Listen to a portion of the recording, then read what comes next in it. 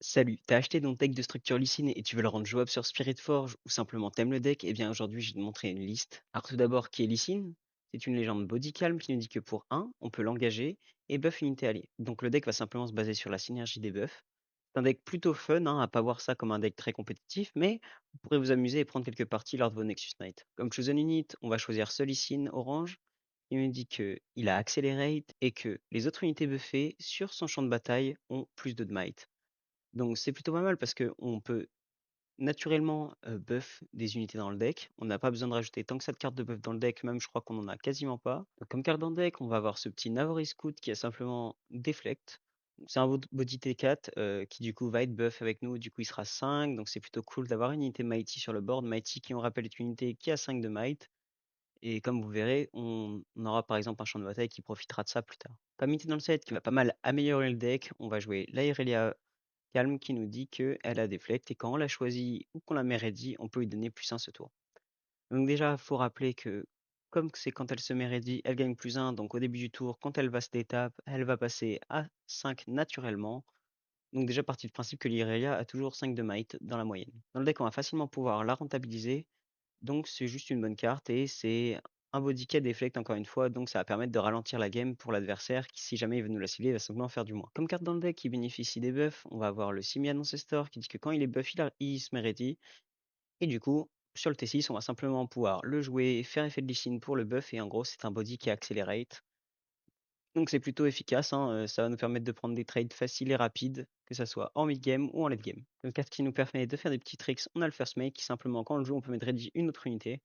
Donc c'est très efficace, hein, cette carte ne sera jamais mauvaise dans aucun deck body. Comme petite carte de pioche, on va avoir ce magnifique Lonely Poro qui nous dit que s'il meurt tout seul, il pioche un. Donc c'est juste un body qui va être un bon body T2 et qui va nous permettre d'aller simplement prendre un champ de bataille early et on va le laisser sur le champ de bataille afin de se préparer autre part et quand il va mourir, il va piocher un. Donc c'est une carte qui se rembourse en gros simplement. Une carte dans le deck aussi, on va jouer Action qui pour moi était une des unités les plus fortes du set. Une simplement qu'il a Weapon Master et comme co-additionnel on peut payer 2 power orange afin de, quand on le joue avec son co-additionnel, on peut simplement voler un gear adverse et l'attacher à Action si c'est un équipement. Donc c'est super fort dans des decks comme Draven par exemple ou Irelia qui tous les deux jouent des gears de manière présente, genre Draven peut jouer des Longsword et bien sûr son spell signature, donc ça sera toujours l'avantage. Irelia, elle peut jouer des Zonia et des GA, même ses boots qui donnent ganking, donc c'est plutôt efficace. Comme dernière carte dans le deck, on va jouer Lucian Merciless qui simplement a Weapon Master et la première fois qu'il conquiert, il peut se ready, donc simplement il va aller sur un champ de bataille, il va revenir en base instantanément. Comme équipement dans le deck, du coup, pour aller avec No Weapon Master, on va avoir le GA qui nous dit que c'est l'effet du Indien simplement parce que si une unité vient à mourir, on peut tuer le Guardian Angel à la place et renvoyer l'unité en base. Et comme dernière guerre dans le deck, c'est mon petit chouchou du set, c'est la Trinity Force, qui nous dit que quand hold, on peut marquer un point supplémentaire. Donc dans cette stratégie, on va essayer de, comme vous allez le voir, on va jouer des cartes qui permettent de contrôler un peu le board et de gérer et de faire des bodies assez présents et chiants à gérer. Et va simplement une carte comme ça, c'est juste grotesque dans le deck. Comme premier spell, on va jouer Fan Your Center, qui nous dit que pour 3, on peut draw 1 et channel 1, et si notre adversaire est à 3 points de la victoire, ce spell coûte 1. Donc c'est une excellente carte, hein, simplement rampe dans un deck et piocher un, c'est jamais mauvais. Comme carte défensif, en premier, on va avoir Defy qui permet simplement de counter un spell adverse, donc c'est pas mal. On peut aussi jouer Not Too Fast, Not Too Fast qui est aussi une très bonne carte. À voir, de toute façon, si vous avez du side, Not Too Fast rentrera très bien dedans. Et comme autre carte de défense, on va avoir Chong Chong qui est une carte qui a action et repeat et qui nous dit qu'on peut stun une unité attaquante, donc simplement, pour 4, vous pouvez stun 2 unités attaquantes, donc c'est plutôt efficace pour empêcher une agression sur un champ de bataille. Et comme carte de boost, on va avoir Discipline qui donne +2 et qui fait draw 1.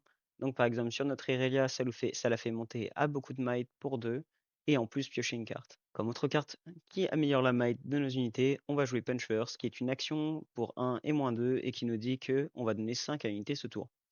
Donc c'est littéralement une des meilleures cartes de tout le set, hein, je vais pas expliquer pourquoi parce que 1 pour 5 c'est juste stupide. Comme dernière carte dans le deck, on va avoir Walloop. Walloop qui pour 2 nous dit que en action et en co-additionnel, on peut dépenser un buff pour la jouer gratuitement, on peut ready une unité alliée.